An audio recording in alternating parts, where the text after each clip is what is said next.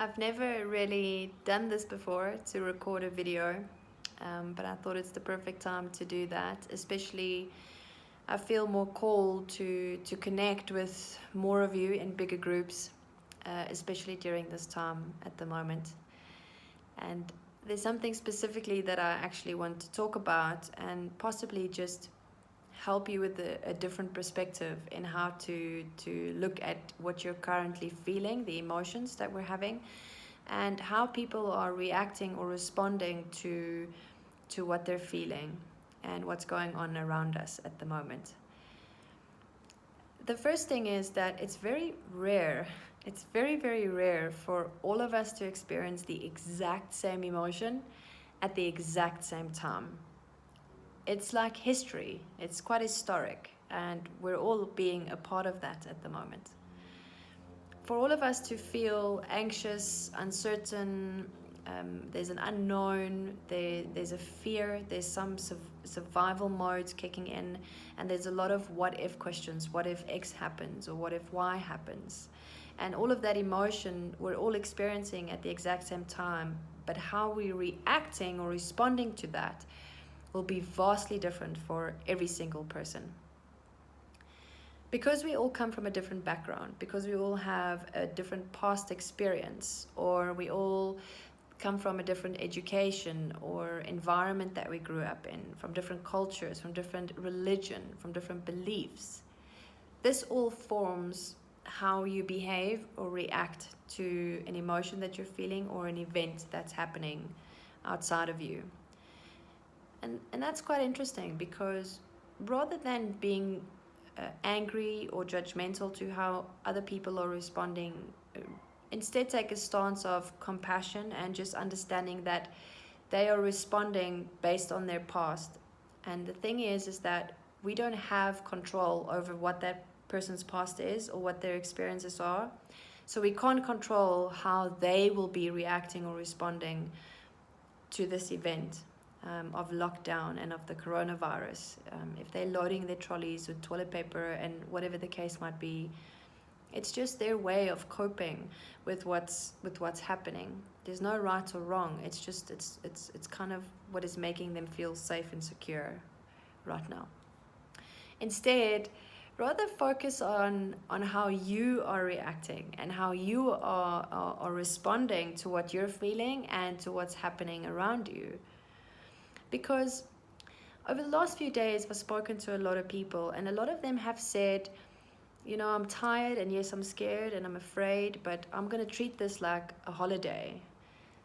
And I really, really don't think that you should treat this like a holiday. It's just my perspective, and it's definitely not the time to just relax and treat it like a holiday. I know that a lot of you might not be able to work from home, but don't think that just because of that, it's a time to do nothing.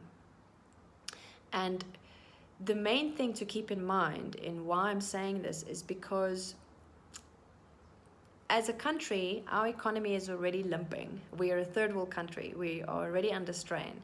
And a 3-week lockdown will have a severe impact on your smaller businesses. Right through, from your spaza shops to your taxis to your small businesses that just started in every industry, they will all feel it. And I know that there is a bit of a protection and a buffer for some of them at the moment, but it doesn't cover all of them. And some of them will shut down. And this will have a drastic effect on our economy. Things like taxis and spaza shops, believe it or not, they have a big stimulation and contribution to the GDP per year. So it's what will happen after 3 weeks, which is unknown, no one knows, and what the consequences or ripple effect of this will be after 3 weeks is also unknown, no one knows. So instead of being at home thinking that this is a holiday, please don't reach that point 3 weeks from now where you've wasted 3 weeks of being frustrated because you didn't have enough to do, or you didn't have enough work to do. It's really not a good frame of mind to be in. Instead, rather focus on what is the best case scenario of what can come out of this and what is the worst case scenario of what can happen. Because if you're willing to go to the worst case scenario and you're able to be innovative and creative and adaptable, you will thrive and you will survive. We are living in an incredible world where working from home is 100% possible. We have so much technology to support you to work from your home.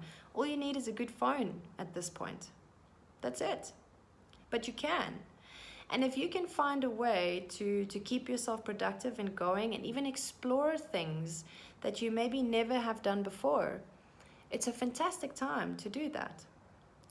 We always say we don't have time. We don't have time. And now you'll have 3 weeks of time. And I invite all of you to work on yourself first and foremost, and to do those things that you say you never have time for, like gardening, or walking your dogs, or playing board games with your kids, or starting a healthy diet, or trying a new recipe, or doing some exercise, meditating, reading a book. All of those things that we don't have time for, you have time for them right now, and do them. And I can guarantee you, even if you do all of those things, you'll still have more time. You still will. This is an incredible time for you to explore the things that you want to be doing, not what you should be doing or ought to be doing, but the things that truly bring you joy and that truly makes you happy. And you might even surprise yourself of what comes out of this. It's an incredible time to do just that. Instead of being in a freeze mode where you're freezing and you're just waiting for things to happen or to change or to go back to normal, understand that there's a high likelihood that this is normal. This is what it's going to be for a period of time. No one knows for how long. So rather use this in a productive way and find ways to support yourself, and find ways to stay creative and innovative and make money and produce money and look after people and the friends and family around you. My mission is quite simple, and the reason why I wanted to reach out to more of you to express this message is because I want to empower.